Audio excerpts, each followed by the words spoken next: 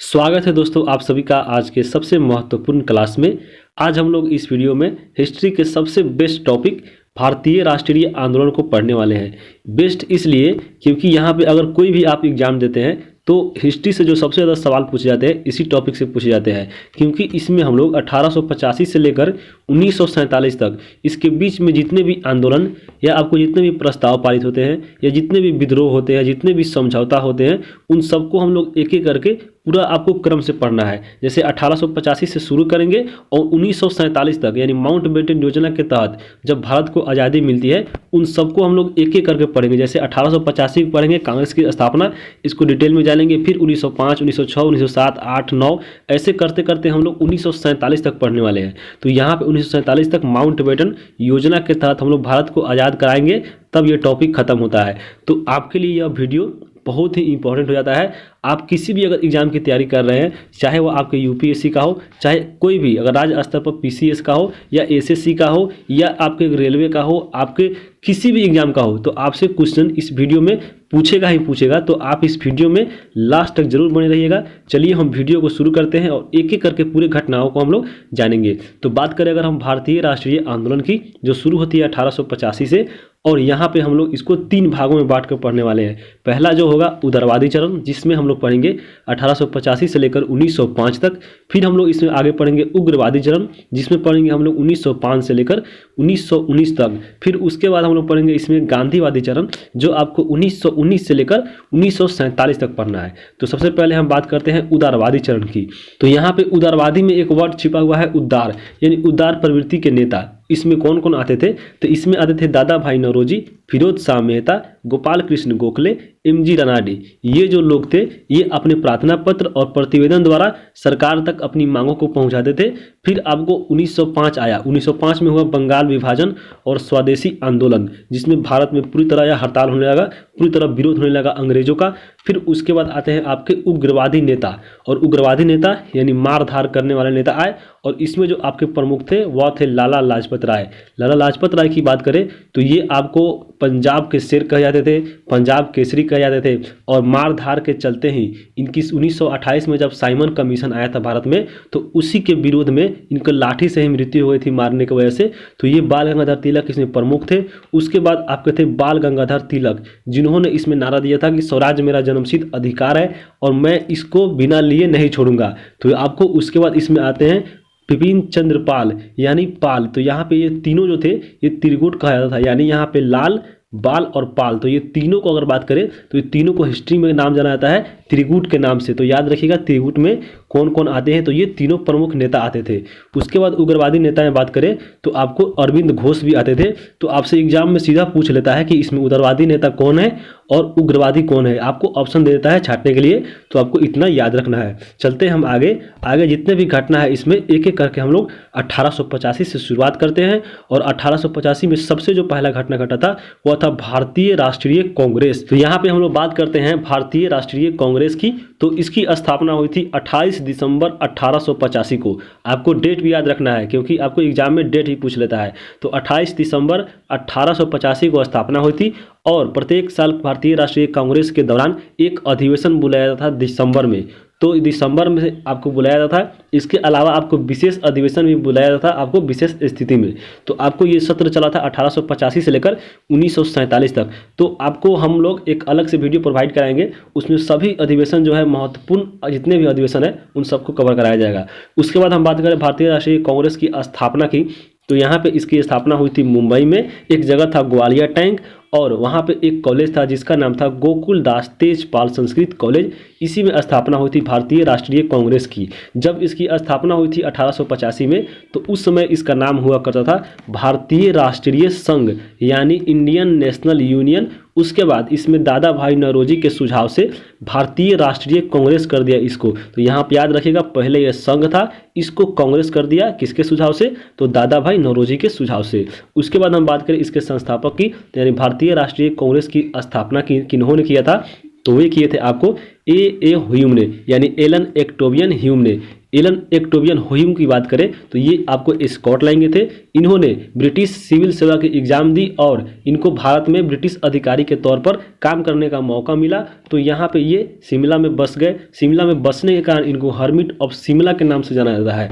इनके द्वारा एक पत्रिका लिखा गया जिनका नाम था जनता के मित्र, और यहाँ पे कांग्रेस के ये प्रथम सचिव भी बने। जब स्थापना हुई थी 1885 में, तो 1885 में ये कांग्रेस के सचिव बने और 1906 तक ये इस पद पे बने रहे। उसके बाद इनको पक्षी विज्ञान का जनक भी बोला जाता है, ए.ओ. ह्यूम को, और इनकी मृत्यु हो जाती है 1912 में। तो भारतीय राष्ट्रीय कांग्रेस से आप इतना जानिए, बाकी हम लोग इसमें डिटेल से जानेंगे आपको अगर दूसरे वीडियो में, जिसमें हम लोग अधिवेशन को कवर करेंगे। चलते हैं आगे। आगे हम लोग देखेंगे 1905, और 1905 में हम लोग देखेंगे बंगाल विभाजन।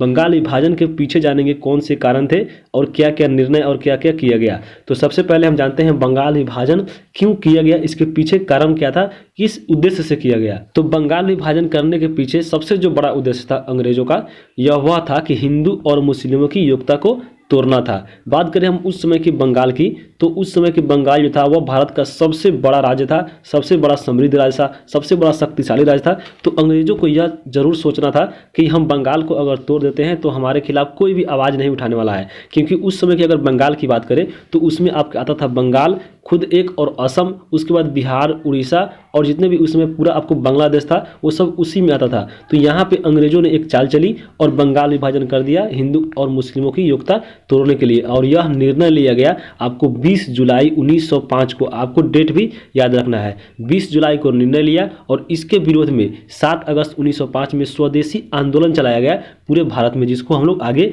जानेंगे। और कितना भी विरोध हो गया लेकिन लागू कर ही दिया गया 16 अक्टूबर 1905 को। और उसमें जो भारत के वायसराय थे वह थे आपके लॉर्ड कर्जन।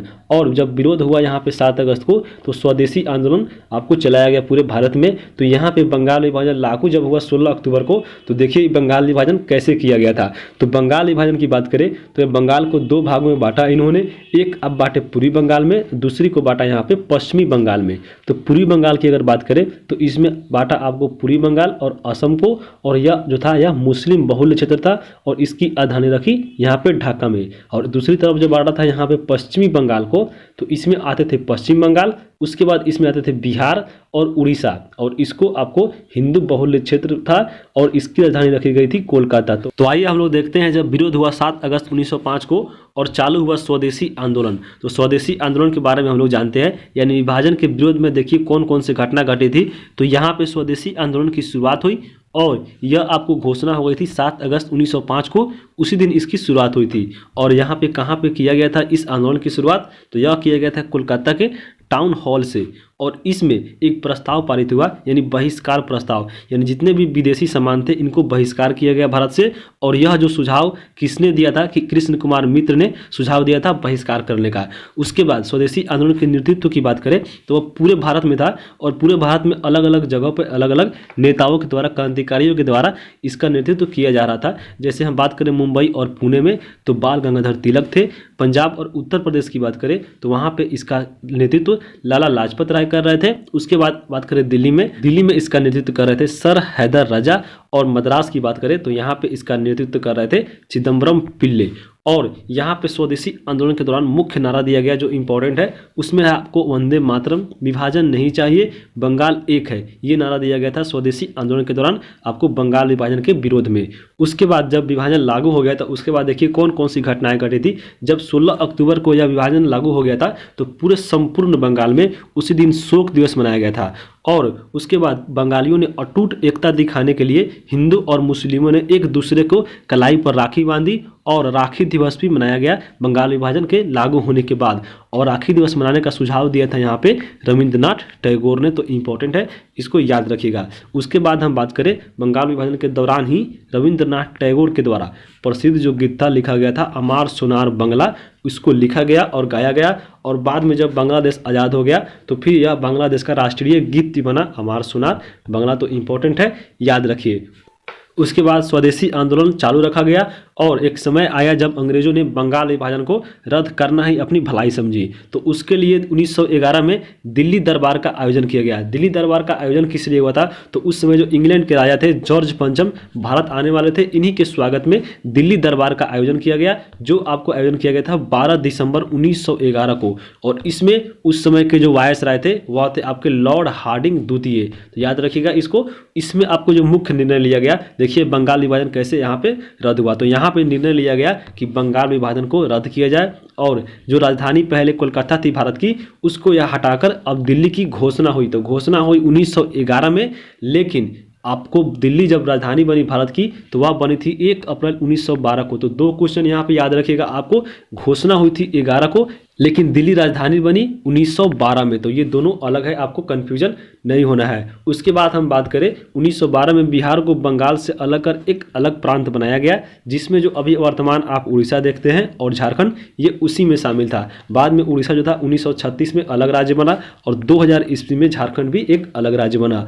उसके बाद हम 1905 के बंगाल विभाजन के बाद चलेंगे 1906 में मुस्लिम लीग की तरफ। तो मुस्लिम लीग की अगर बात करें तो इसकी स्थापना हुई थी 1906 में और इसकी स्थापना किए थे आगा खां और सलीमुल्लाह खान ने। सलीमुल्लाह खान की बात करें तो यह ढाका के नवाब थे, तो इन्हीं के द्वारा स्थापना किया गया था मुस्लिम लीग की 1906 में और इसके प्रथम अध्यक्ष बनाए गए थे आगा खां की। और इसके पीछे इसका उद्देश्य था ब्रिटिश सरकार के प्रति मुस्लिमों की निष्ठा को बढ़ाना, मुसलमानों के राजनीतिक अधिकारों की रक्षा करना और कांग्रेस के प्रति मुसलमानों में घृणा उत्पन्न करना मुस्लिम लीग का मुख्य उद्देश्य था। और इसके अधिवेशन की बात करें जो मुख्य आपके एग्जाम में पूछ लेता है, तो पहला जो इसका अधिवेशन हुआ था 1906 में ढाका में, दूसरा अधिवेशन हुआ 1907 में कराची में और तीसरा जो अधिवेशन हुआ 1908 में। तो 1908 वाला इंपॉर्टेंट है, आपको याद रखना है। तो याद इसको क्यों रखना है, क्योंकि 1908 में जो अमृतसर में अधिवेशन हुआ था, इसी में पृथक निर्वाचन मंडल की मांग की गई थी मुसलमानों के लिए। तो 1908 अमृतसर पृथक निर्वाचन मंडल की मांग की गई थी मुस्लिम लीग के द्वारा,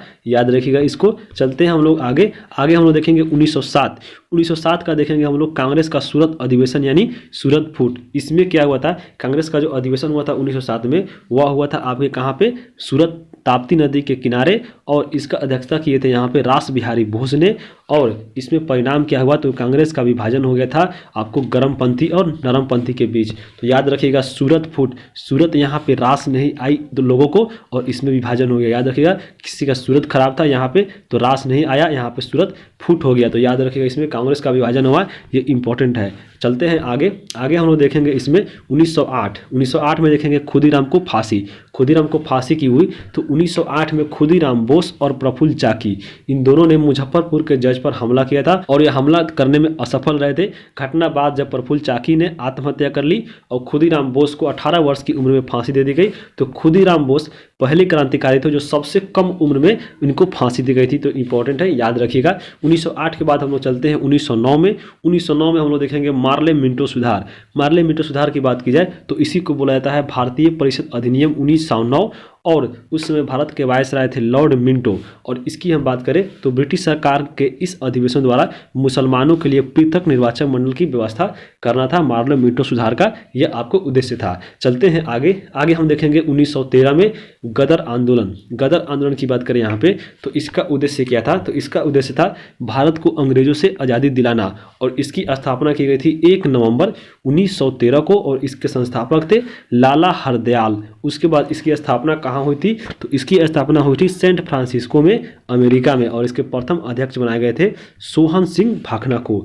उसके बाद हम बात करें इसमें तो 1 नवंबर 1913 को गदर एक पत्रिका भी जारी हुई जो आपको साप्ताहिक थी, यानी एक सप्ताह में निकलती थी और यह उर्दू में निकलती थी। लेकिन 9 दिसंबर 1913 से यह गुरुमुखी लिपि में छपने लगी और इस पत्रिका का जो पहला पृष्ठ आता था इस पेपर का और इस पत्रिका का, इसमें अंग्रेजी राज का कच्चा चीठा नाम से आता था। उसके बाद हम बात करें 1914 से 18 यानी प्रथम विश्व युद्ध। प्रथम विश्व युद्ध को हम लोग भारत और ब्रिटिश की दृष्टिकोण से देखेंगे, इसको हम लोग ज़्यादा डिटेल में नहीं जाएंगे। तो बात करेंगे हम प्रथम विश्व युद्ध की, तो यह हुआ था 1914 से लेकर 18 में और इसमें हम लोग देखेंगे क्या रोल था भारत का।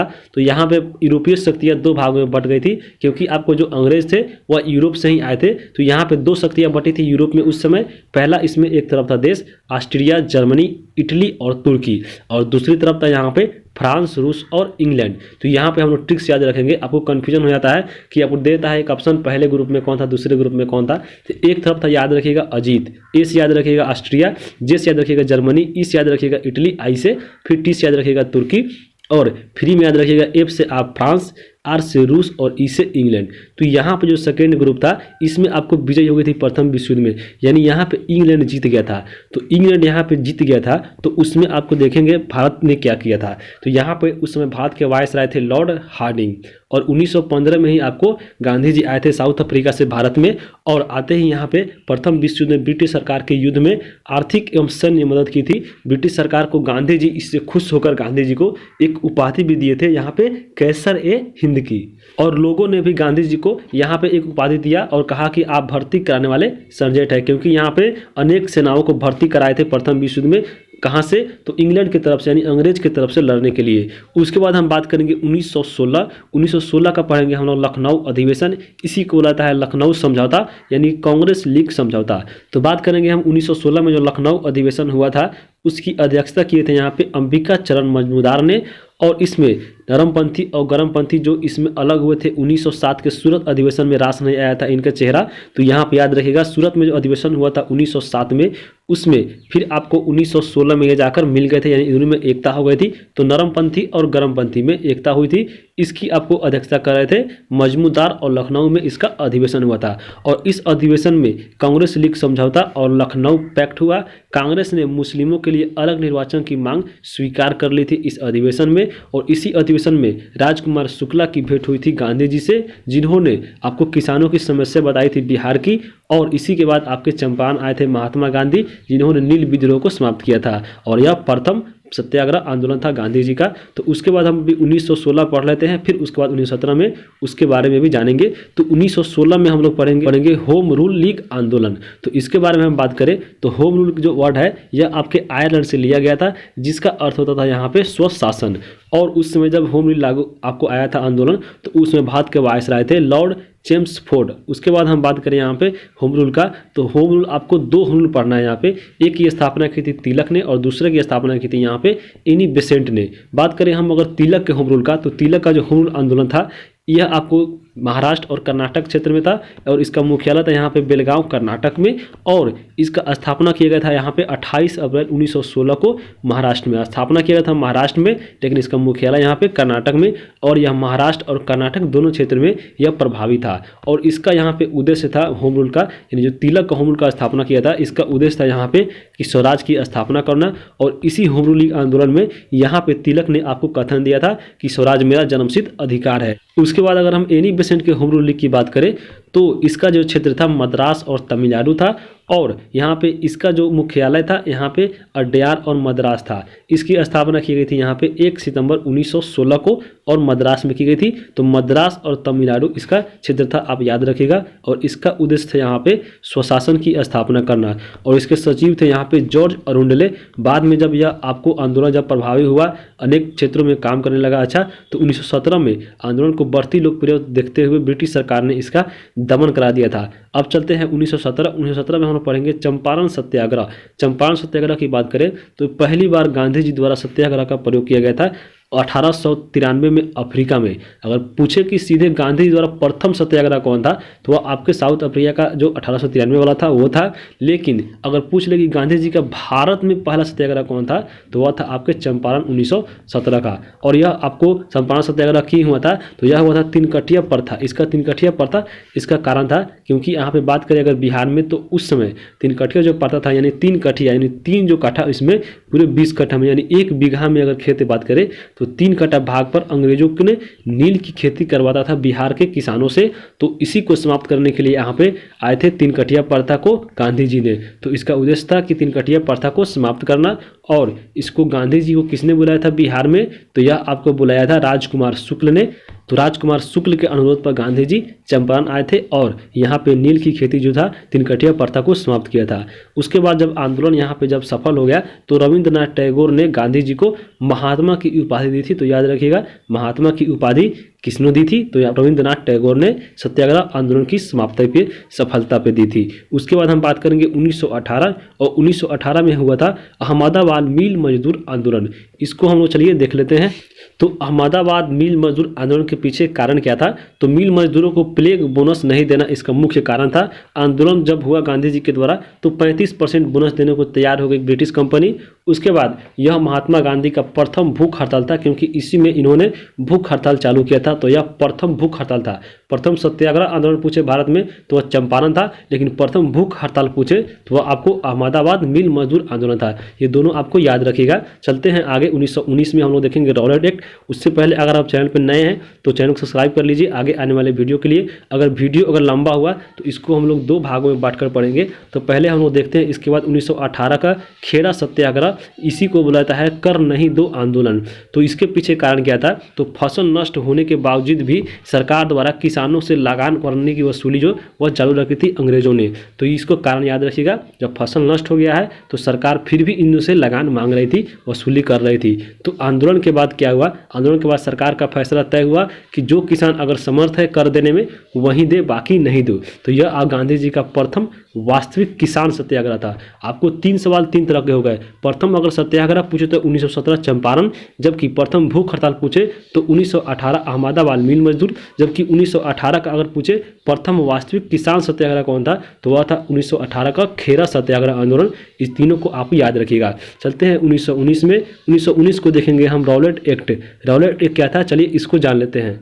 तो हम बात करें 1919 के रॉलेट एक्ट यानी रॉलेट कानून का, तो यह क्या था? तो इसमें किसी भी व्यक्ति को बिना मुकदमा चलाए सीधे जेल में कैद कर लिया था। इसलिए इस कानून को यहाँ पे बिना अपील, बिना वकील और बिना दलील कानून कहा गया है। और यह जो रॉलेट एक्ट था पारित हुआ था 18 मार्च 1919 को।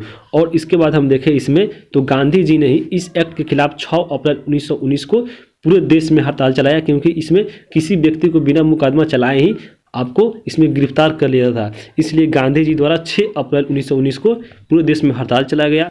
और रॉलेट एक्ट के विरोध में ही 10 अप्रैल 1919 के पंजाब के जो नेता थे सैफुद्दीन किचलू और सत्यपाल को हड़ताल के दौरान ही हिमाचल प्रदेश में गिरफ्तार कर लिया गया था। और इनको न्याय दिलाने के लिए ही यहाँ पे जब जालियांवाला बाग में बैठक बुलाई गई थी, उसी में आपको गोलियां चलाई गई थी। तो जालियांवाला बाग हत्याकांड भी हम लोग देख लेते हैं 1919 का। तो रॉलेट एक्ट के विरोध में हड़ताल के दौरान जब सैफुद्दीन किचलू और सत्यपाल के गिरफ्तार के विरोध में जब 13 अप्रैल को अमृतसर में जालियांवाला बाग में सरकार ने एक नीतियों के विरोध में सभा का आयोजन हुआ था। उसमें सभा के आयोजन के दौरान ही कमांडर के जो जनरल थे जनरल ओ डायर ने गोलियां चलवा दी, जिससे हजारों लोगों की मृत्यु हो गई थी जालियांवाला बाग हत्याकांड में। याद रखिएगा, यह 13 अप्रैल 1919 को यह घटना घटी थी।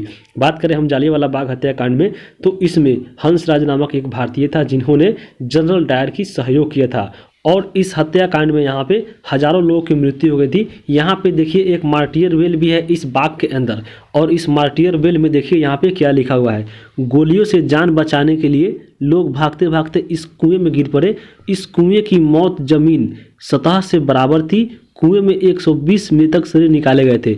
जब यह आंदोलन समाप्त हुआ था तो उसमें जब यह कुआं था इसके बीच में, तो लोग जब भागने लगे, भगदड़ मची, तो इस कुएं में जाकर बहुत से गिर गए। समझिए 120 लोग केवल इस कुएं में डूबकर मर गए थे, क्योंकि इसकी जो जमीन की सतह थी पानी की पूरी आपके ऊपर लाशों से बिछ गई थी। बाद में निकाला गया, इसमें 120 लोगों की मृत्यु हो गई थी इस कुएं में, बाकी लोग इधर भागे गए थे। तो समझ लीजिए इसमें हजारों लोग की लगभग मृत्यु हो गई थी। उसके बाद हम बात करें यहाँ पे तो जालियांवाला बाग हत्याकांड के विरोध में देखिए उपाधि लौटाई गई थी कुछ प्रमुख नेताओं के द्वारा। गांधी जी ने यहाँ पे केसर ए हिंद की उपाधि लौटा दी थी, जो उनको 1914 से 18 के प्रथम विश्व युद्ध में मिला था अंग्रेजों के द्वारा। उसके बाद रविंद्रनाथ टैगोर ने यहाँ पे नाइटहुड की उपाधि त्याग दी थी, और जमनालाल बजाज ने यहाँ पे राय बहादुर की उपाधि त्याग दी थी। तो ये आप देख सकते हैं, ये आपके जालियांवाला बाग हत्याकांड का, ये आपका जो जालियांवाला बाग है इसी में यह आयोजन किया गया था, ये वर्तमान का है। उसके बाद हम देखें इसमें तो अंग्रेज सरकार के खिलाफ बढ़ते असंतोष के कारण घटना की जांच के लिए जनरल हंटर की अध्यक्षता में एक कमीशन बनाया गया,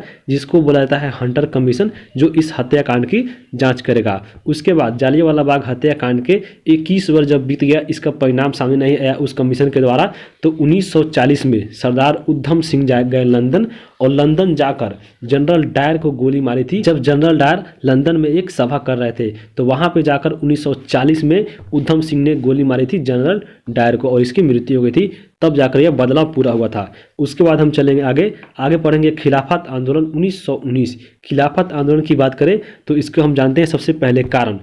तो ब्रिटिश सरकार प्रथम विश्व युद्ध जीत चुकी थी 1918 में। उसके बाद एक तरफ जो देश था तुर्की और दूसरी तरफ जा तो इंग्लैंड। ये जब इंग्लैंड जीत गया तो तुर्की को यहाँ पे दंडित करना चाहती थी, जिस कारण भारत में जो मुसलमान थे वो अंग्रेजों से नाराज हो गए। क्योंकि तुर्की की बात की जाए तो तुर्की आपको पूरा मुस्लिम बहुल्य क्षेत्र था और मुसलमान जो भारतीय के थे वह नहीं चाहते थे कि तुर्की को यहाँ पे उनकी सजा मिले। तो उसके बाद जब यहाँ पे हम इसको जानते हैं थोड़ा बैकग्राउंड बात करें प्रथम विश्व युद्ध की, तो प्रथम विश्व युद्ध हम लोगों ने पीछे भी देखा था। एक तरफ था आपके राज अजीत और एक तरफ था आपके फ्री। तो यहाँ पे फ्री लोग जीत गए थे, यानी यहाँ पे इंग्लैंड जीत गया था। तो इसमें तुर्की की तरफ इन दोनों के बीच में एक संधि होती है जिसको बोला जाता है सेवर्स की संधि। और सेवर्स की जो संधि होती है ब्रिटेन और तुर्की के बीच में, तो ब्रिटेन ने तुर्की के सुल्तान का सभी अधिकार को छीन लेता है सेवर्स की संधि के तहत। उसके बाद जो तुर्की की अगर बात की जाए तो पूरा मुस्लिम क्षेत्र था। तो विश्व के जितने भी मुसलमान थे वह तुर्की के सुल्तान को खलीफा मानते थे, इसलिए भारतीय मुसलमान भी उनको खलीफा मानते थे और वे नहीं चाहते थे कि सुल्तान के अधिकार को छीना जाए। भारतीय मुसलमान द्वारा तुर्की साम्राज्य एवं खलीफा पद को बनाए रखने के लिए आंदोलन प्रारंभ किया भारत में और उसके लिए एक कमेटी बनाई जिसका नाम रखा था यहाँ पे खिलाफत कमेटी। और इसमें आपको पूरे भारत के मुसलमान और हिंदू ने इसमें सहयोग किया था और महात्मा गांधी भी इसके अध्यक्ष बने थे खुद इस कमेटी के। और यह जो आपको खिलाफत आंदोलन था यह सबसे बड़ा मौका था, सबसे बड़ा मंच था यहाँ पे हिंदू और मुस्लिमों को एक जगह खड़ा करने का, क्योंकि यहाँ पे मुसलमान के विरुद्ध लड़ाई हो रहा था और हिंदू भी इसके साथ था। तो महात्मा गांधी इन्होंने यानी कांग्रेस ने इसमें बढ़ चढ़कर हिस्सा लिया था और इसका अध्यक्ष बने थे खिलाफत आंदोलन के खुद कौन, तो महात्मा गांधी। और इसके जो प्रमुख सदस्य थे इसमें मोहम्मद अली जिन्ना, शौकत अली, अबुल कलाम आज़ाद, ये लोग इस खिलाफत कमेटी के मुख्य सदस्य थे। उसके बाद हम करें इसमें निर्णय क्या लिया गया, तो ब्रिटिश सरकार अगर हमारी मांगों को स्वीकार नहीं करती है तो हम सरकार के साथ सहयोग नहीं करेंगे, यानी खिलाफ में रहेंगे। याद रखिएगा खिलाफत कमेटी का यही आपको निर्णय लिया गया खिलाफत कमेटी में। और बाद में इस आंदोलन की समाप्ति उस समय हुआ जब तुर्की में मुस्तफा कमाल पाशा सरकार बनी और खलीफा पद को ही यहाँ पे समाप्त कर दिया गया। तब जाकर यह खिलाफत आंदोलन बाद में समाप्त हुआ था। तो याद रखिएगा खिलाफत आंदोलन 1919 आपको अच्छे से समझ में आ गया होगा। उसके बाद हम देखेंगे 1920 में हम लोग पढ़ेंगे असहयोग आंदोलन। असहयोग आंदोलन की बात करें तो इसकी शुरुआत हुई थी यहाँ पे 1 अगस्त 1920 को, और जिस दिन यह शुरुआत हुई थी उसी दिन तिलक की मृत्यु हो गई थी। तो यह एक बहुत दुखद की घटना थी और तिलक की मृत्यु के यहाँ पे मरने के कारण इसमें एक प्रस्ताव पारित हुआ तिलक के ऊपर, तिलक फंड की यहाँ पे स्थापना की गई थी। उसके बारे में जानेंगे हम लोग। तो पहले हम लोग यहाँ पे असहयोग आंदोलन का उद्देश्य देख लेते हैं। तो उद्देश्य की बात करें तो असहयोग आंदोलन का उद्देश्य था स्वराज को प्राप्त करना, जालियांवाला बाग हत्याकांड को न्याय दिलाना, खिलाफत आंदोलन को न्याय दिलाना और ब्रिटिश सरकार की सहयोग नहीं करना। यानी खुद यहाँ पे देखिए सहयोग नहीं करना यानी असहयोग। तो याद रखिएगा असहयोग आंदोलन का ये सभी उद्देश्य था। उसके बाद हम बात करें असहयोग आंदोलन जो प्रस्ताव हुआ था सबसे पहले पारित, वह कहाँ हुआ था, तो वह एक कांग्रेस का विशेष अधिवेशन में हुआ था। कांग्रेस का अगर विशेष अधिवेशन की बात करें तो वह आपको बुलाया था। एक तो कांग्रेस का अधिवेशन आपको एक साल में होता था दिसंबर में, लेकिन जब विशेष की बात करें तो यह अब जब कोई काम जो विशेष काम होता था उसमें बुलाया था, यानी यह अगस्त में बुलाया गया था। तो कांग्रेस का जो विशेष अधिवेशन हुआ था 1920 में, यह कहाँ हुआ था, तो यह हुआ था कोलकाता में और इसकी अध्यक्षता कर रहे थे यहाँ पे लाला लाजपत राय। और इसी में असहयोग आंदोलन को प्रस्ताव पारित किया गया था। और आंदोलन के दौरान देखिए क्या क्या घटना घटी थी। तो तिलक स्वराज फंड की स्थापना हुई थी जिसमें जल्द ही 1 करोड़ से ज़्यादा रुपया जमा हो गया था इस आंदोलन की सहायता के लिए। उसके बाद इस आंदोलन के दौरान छात्रों द्वारा शिक्षण संस्थान का बहिष्कार किया गया, वकीलों द्वारा न्यायालय का बहिष्कार किया गया, विदेशी वस्तुओं को बहिष्कार किया गया और उनको पहली बार भारत में जलाया गया था। उसके बाद संपूर्ण भारत में इस आंदोलन के दौरान यहाँ पे हड़ताल किया गया था। फिर यह आंदोलन 2 साल तक अच्छे से चला। फिर 5 फरवरी 1922 को एक ऐसी घटना घटती है जहां से महात्मा गांधी ने इस असहयोग आंदोलन को समाप्त कर दिया था। 5 फरवरी 1922 को चौरी चौरा कांड की वजह से महात्मा गांधी ने असहयोग आंदोलन को वापस ले लिया। 12 फरवरी 1922 को। जब यह आंदोलन वापस ले लिया गया तो 10 मार्च 1922 को महात्मा गांधी को गिरफ्तार कर लिया गया और 6 वर्षों की सजा सुनाई गई महात्मा गांधी को। लेकिन स्वास्थ्य खराब होने की वजह से फरवरी 1924 में इनको रिहा कर दिया गया था। तो पहले हम जानते हैं चौरी चौरा कांड क्या हुआ था, जिसकी वजह से महात्मा गांधी को 12 फरवरी 1922 को असहयोग आंदोलन वापस लेना पड़ा था। तो बात करेंगे हम 1922 का चौरी चौरा कांड। यह जो घटना घटी थी 5 फरवरी 1922 को घटी थी। चौरी चौरा कांड की बात की तो यह आपके उत्तर प्रदेश में गोरखपुर के पास एक जगह है और चौरी चौरा स्थान पर यह घटना घटी थी। तो असहयोग आंदोलनकारियों के जब यहाँ पे आंदोलन कर रहे थे तो उसके ऊपर पुलिस द्वारा गोली चलाया गया। तो फिर भीड़ ने इसमें उत्सुक होकर पुलिस थाना में ही आग लगा दिया, जिसमें 22 लोगों की यहाँ पे मृत्यु हो जाती है। उस समय भारत के जो गवर्नर थे वह थे आपके लॉर्ड रीडिंग। और इस घटना के बाद गांधी जी दुखित होती है क्योंकि इसमें असहयोग आंदोलन था और इसमें यहाँ पे आग लगा दी गई, आगजनी हुई, लोगों की मृत्यु हो गई। तो गांधी जी अचानक बारदोली में एक बैठक बुलाते हैं और 12 फरवरी 1922 को यहाँ पे निर्णय लेती है कि यहाँ पे असहयोग आंदोलन को समाप्त कर दिया जाए। उसके बाद हम 1922 के बाद पढ़ेंगे 1923 में हम लोग पढ़ेंगे स्वराज पार्टी। स्वराज पार्टी की बात की जाए तो असहयोग आंदोलन की समाप्ति गांधी जी की जेल जाने के बाद स्वराज पार्टी की स्थापना हुई थी और इसका उद्देश्य था कि कांग्रेस के अंदर रहकर स्वदेशी सरकार की गठन करना और इनकी मांग करना था। और इस स्वराज पार्टी के अध्यक्ष थे यहाँ पे चित्तरंजन दास और इसके सचिव थे मोतीलाल नेहरू। बात करें 1924 में जब चित्तरंजन दास की मृत्यु हो जाती है तो उसके बाद यह आंदोलन जो है स्थिर पड़ जाती है। उसके बाद 1924 में गांधी जी बाहर आते हैं जब इनकी तबीयत खराब होती है फरवरी में। फिर उसके बाद 1924 में ही बेलगाम अधिवेशन होता है और यह एकमात्र अधिवेशन रहता है जिसमें गांधी जी अध्यक्षता करते हैं कांग्रेस की। तो इंपॉर्टेंट है, याद रखिएगा। उसके बाद हम बात करेंगे इसमें 1925 से हम लोग आगे देखेंगे क्योंकि यह वीडियो जब लंबा हो जाएगा तो आपको भी बोरिंग फील होगा। तो उसमें हम लोग 1925 में एक नेक्स्ट पार्ट आएगा इसका,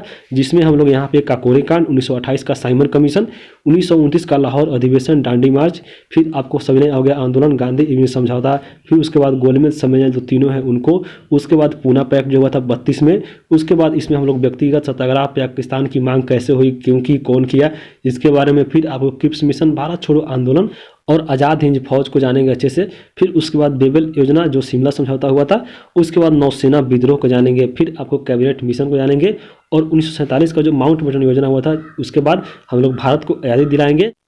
तो ये आपको एक साथ पढ़ने में ये वीडियो लंबा हो जाएगा, इसलिए इन सभी को हम लोग नेक्स्ट पार्ट में पढ़ेंगे। यानी 1925 से लेकर 1947 तक हम लोग अगले वीडियो में जानेंगे। तो आपको इस चैनल को सब्सक्राइब कर लेना है और बेल आइकन को दबा दीजिएगा ताकि ये वीडियो जब भी आपको डाला जाए तो आपके पास नोटिफिकेशन पहुंचे। तो वीडियो कैसा लगा आप कमेंट करके जरूर बताइए।